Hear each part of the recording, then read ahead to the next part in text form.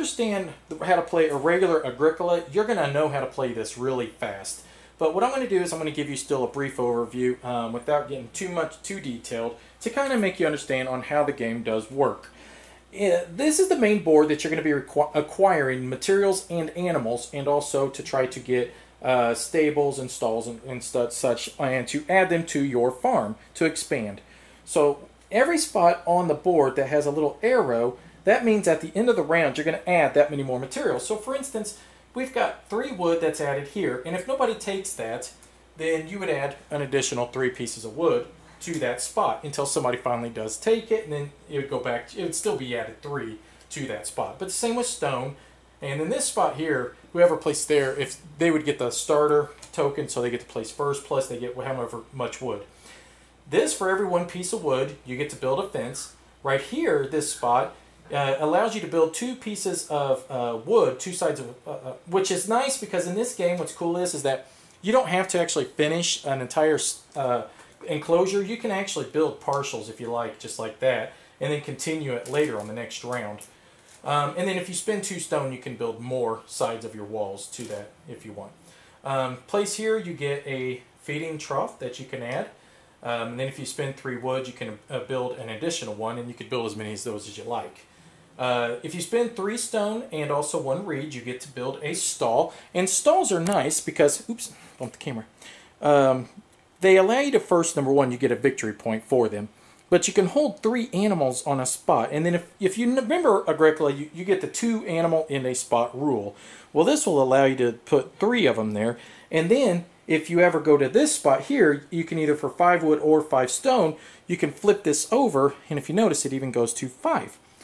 Now, feeding troughs, if they're placed on one of these, it actually doubles the capacity. So if you actually had a feeding trough on this, you would actually be able to place 10 animals on this one's stall or stable.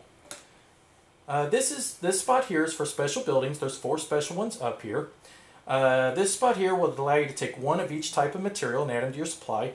This spot here allows you to take not only this piece of fence or wall, but you also get an expansion that you get to add onto your farm as such.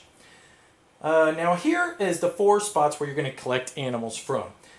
We've got an arrow, and then we've got an animal in parentheses on all of these. What this means is that as long as the animal or the material that is not in the parentheses is occupying the spot, you would then add an additional type of animal. So for instance, if reed was already here and nobody took it, the next round you would add a sheep.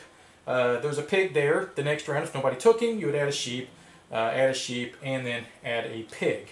That's if nobody took him. Now, if somebody did take him, then all you do is just add the cow back. So you wouldn't get the cow and the pig added every round, but you would just only get the pig added at the end of every round. So the gist is that you're trying to build up your farm just like in regular Agricola, but there's no farming, it's just strictly animals.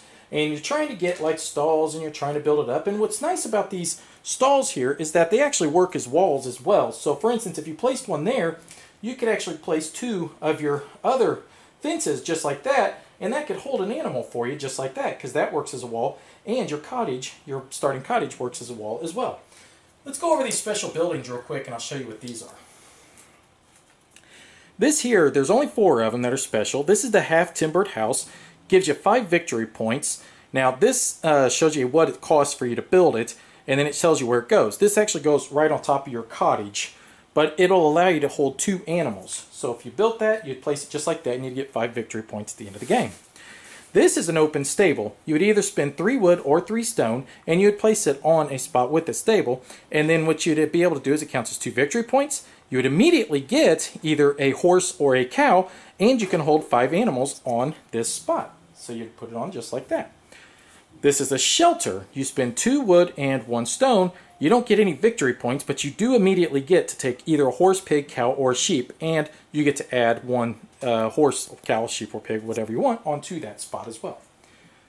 This costs you 2 wood and 1 reed, and it's a special one. Notice we got a little asterisk here, and the reason is because half the material that you have left over at the end of the game counts as victory points towards your final score.